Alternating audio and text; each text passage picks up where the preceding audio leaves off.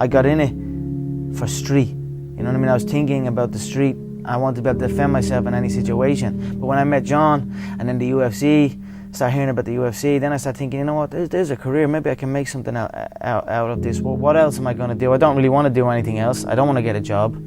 I don't want to have to get up and I don't want to listen to a boss or do all that. You know, so this is an option for me. So I stuck with it, and John encouraged it.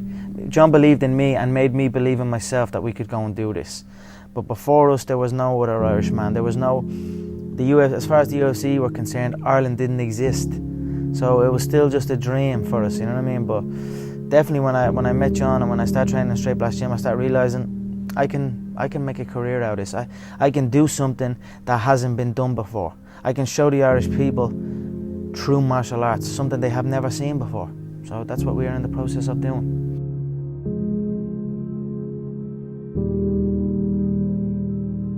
My name is Conor McGregor and I live in Lucan. And what's your status, or what's your professionalism? I'm a professional MMA fighter with a record of 4-1. I'm an up-and-coming fighter, and without a doubt you will see me on the UFC in the near future, without a doubt. I started MMA around 2 or 3 years ago, and about 2 years ago I'd say, and I instantly had a knack for it, and I really, really, really loved it. It's like an addiction for me. It's all I do. I train twice a day. It's all I think about. I don't want to do anything else. It's as simple as that. What makes you such a good fighter? I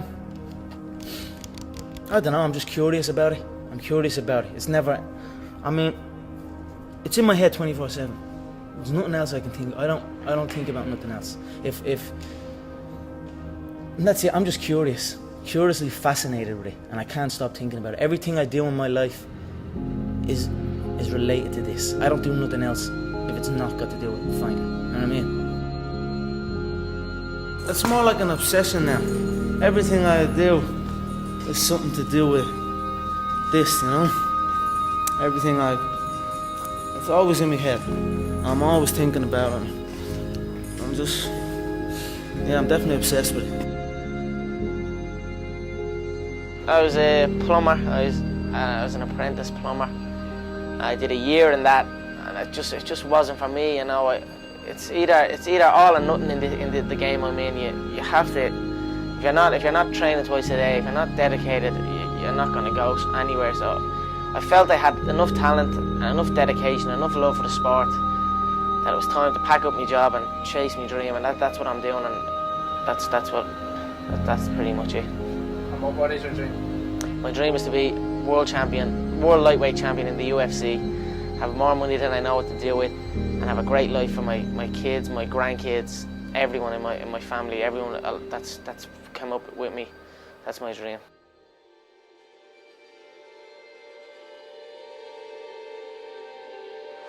And another left.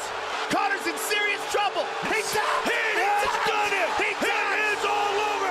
So after that fight when I lost, and I'm looking at all these people and they're all celebrating my demise and saying I'm done and this, and it certainly lit a fire under my belly. Every single person doubted me. Every single fighter doubted me. Doubt me now.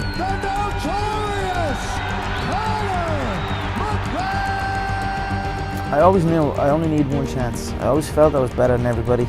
I always felt all I needed was to get in there once. Just give me one shot and I'll take it home. I'll steal it every time.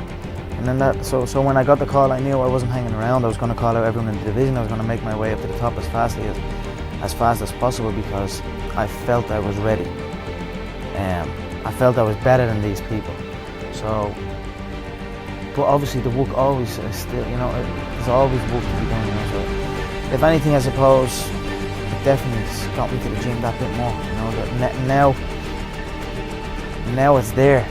Now all these dreams that I've been having are actually there in front of me. So I work towards it. Like I said, give me one chance and I'm going to take it home. So they gave me one chance and I took it home. There's two things I've learned from these past 7 months. Number one is that hard work pays off. And number two is that dreams come true. I feed off this. I love this stuff. This is what gives me energy. Saying I'm going to do something. Putting it out there for the world to see. and then going out and doing it. There's no better feeling in the world than that. And it's as easy as that. Say what you're gonna do and go and do it. I was asking you on Thursday about his right hand. Can I tell you what you told me? I said his right hand would get him into trouble. It's the shot I predicted. I said he'd overload on his right hand. I said I'd slip. I said I'd bang the left hook. And that's what happened. How do you do that? How do you finish? If you can see it here, and you have the courage enough to speak it, it will happen. So I see these shots, I see these sequences, and I don't shy away from them. A lot of times people believe in certain things, but they keep to themselves. They don't put it out there. If you truly believe in it, if you become vocal with it, you are creating that law of attraction, and it will become reality. When preparation meets opportunity, you know, nothing is impossible. You know what I mean? You can achieve anything. It's about getting better. Nothing else matters except me showing up at the gym every single day and putting in the work to get better. Nothing else matters except getting better, showing up at the gym and improving. When I was a kid, I used to always visualize stadiums and like, even when I was playing football, I'd kick the ball against the wall and I'd pretend I scored a goal, and I'd run off and I'd be raising my hand and visualizing a arena full of fans. And that was something I'd done as a kid out on my own. I like just running around kicking the ball. So I always had these visions of something, but I just didn't know what it was. And then I suppose when I came to these events and I started training them and then came to an event, it was like, okay, this is it. This is what I'm gonna do. And then now I'm doing it. I knew what was gonna happen. I knew I was gonna get here. They didn't. It was a lot of stressful years. You know what I mean? A lot of tough times. But I proved them wrong. I proved myself right. I'm the fucking future.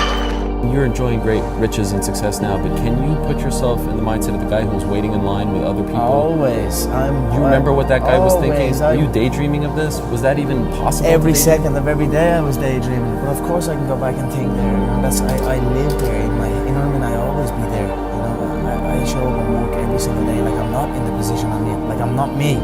So that's the mindset I have. It's working. If you work hard, you can achieve great things.